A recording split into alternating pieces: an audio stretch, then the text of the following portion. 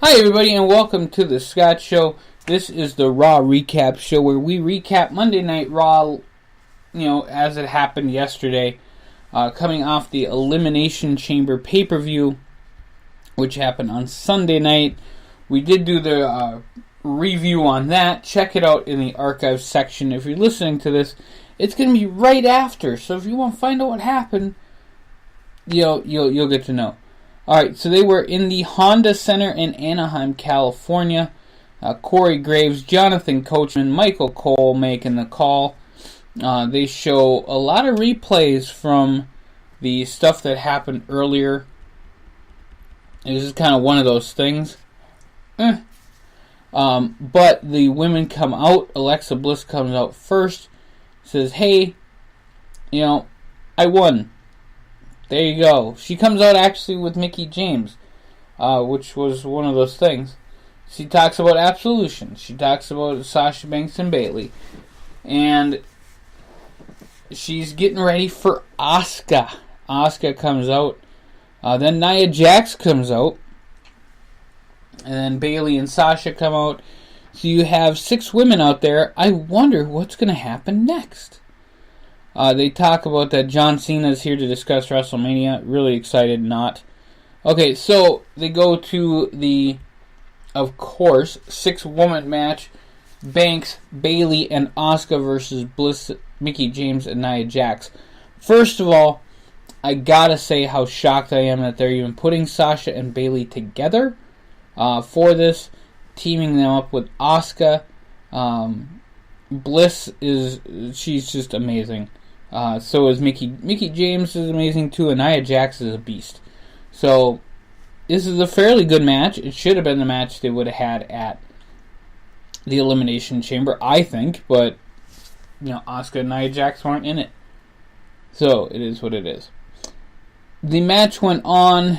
The match was great. Banks went for a tag, and Bayley said no. Hopped off the apron and didn't leave because she didn't leave her other partner, which was a cool thing to note, that she was only against Banks. And Asuka ends up winning, catching Mickie with the armbar knee bar combo. Really, really cool looking moves. So even though we had kind of a turn in style, we did have Sasha, Bayley, and Asuka win. You're going to see more heat from Sasha and Bayley. Hopefully, that ends up with a WrestleMania match. It'll be really interesting to see 4 different women's matches. You have the 2 championship matches, Ronda in a match, and then Bayley and Sasha. It'd be weird.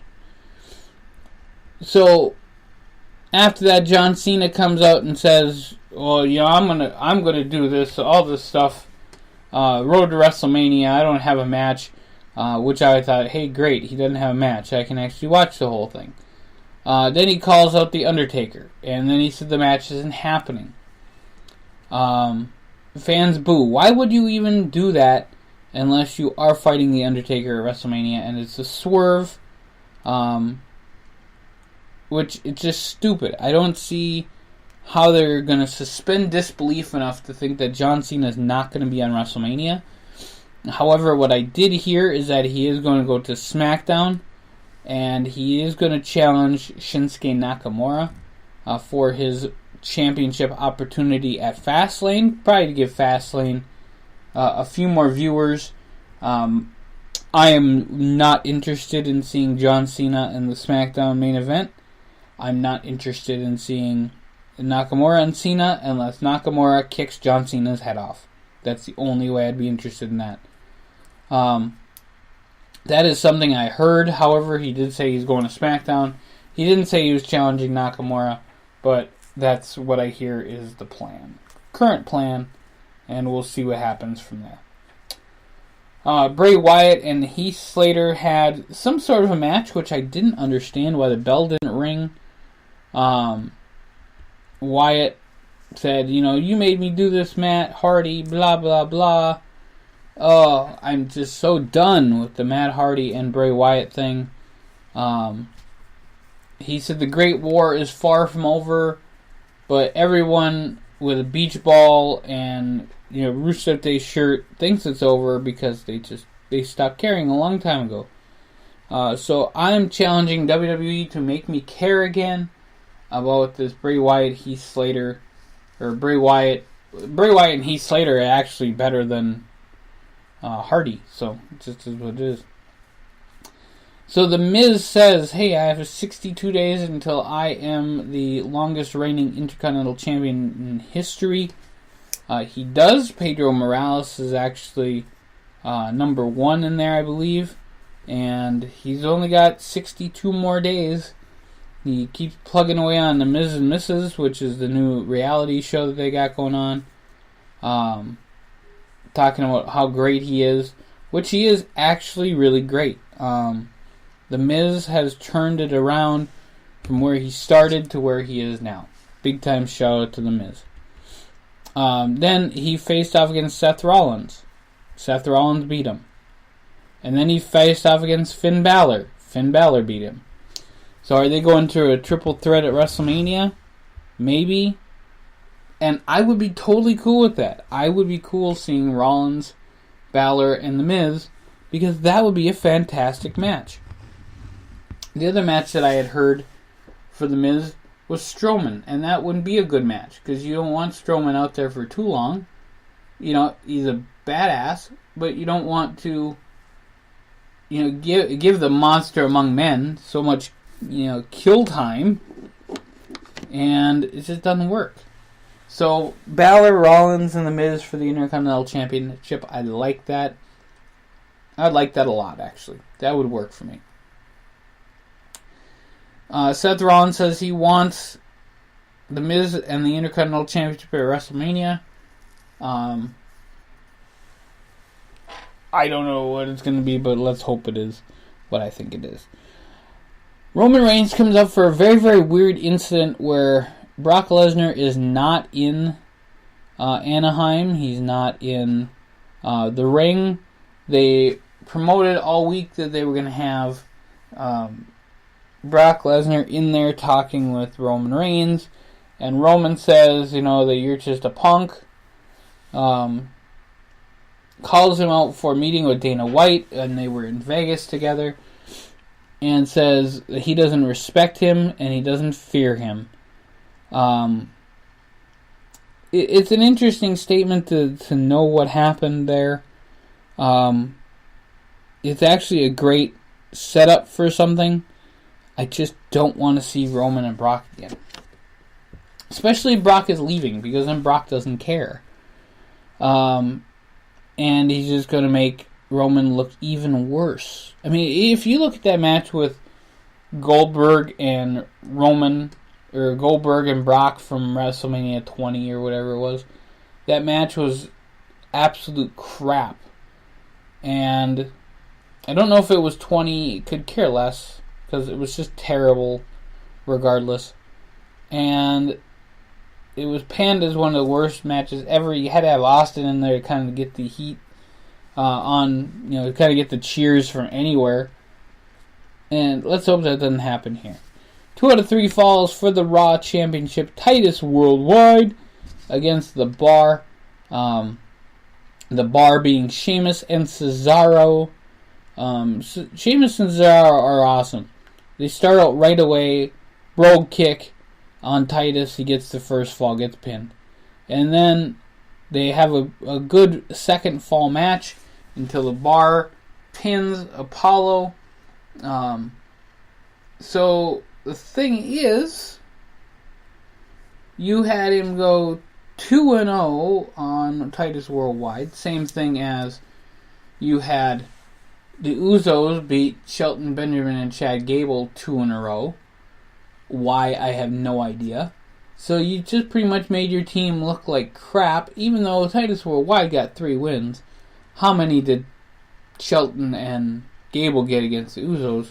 There you go. They said that they're wondering who's left to face.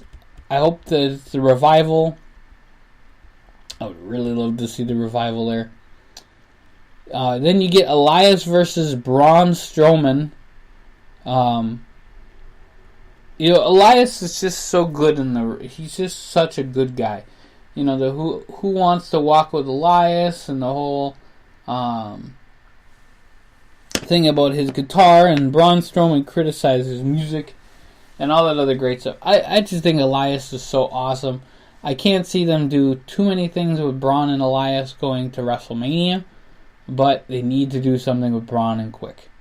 They need to push him to the heavens, and they are, for the most part. He did beat 5 guys at the Elimination Chamber, but then he lost to Roman Reigns in around 4 minutes. So, this whole thing with Elias and Braun Strowman, really fun. Elias has a fire extinguisher, which was interesting. And I just really, really want to see what happens with Braun Strowman leading up to Mania. I think they're going to do great things with him, but we'll just have to see. I would put him on SmackDown and just let him destroy somebody. Let him destroy Dolph Ziggler, or let him destroy Owens and Zayn or something. And give us that high-profile match that we all deserve and need. Triple H and Stephanie McMahon come out, of course, for the main event of the evening, where they talk about Ronda Rousey and Kurt Angle. Rousey and Kurt both come out to the ring. And Rousey wants to kill Stephanie. She really wants to. She said, hey, I don't get slapped. I was disrespected. And makes Stephanie apologize. Angle says that he needs the job, which is just so utterly stupid. And that he lied about what Triple H and Stephanie said. Ronda still makes Stephanie apologize and says, I won't hesitate to rip your arm out of the socket. Very heavy stuff. Very, very good. Rousey was awesome last night.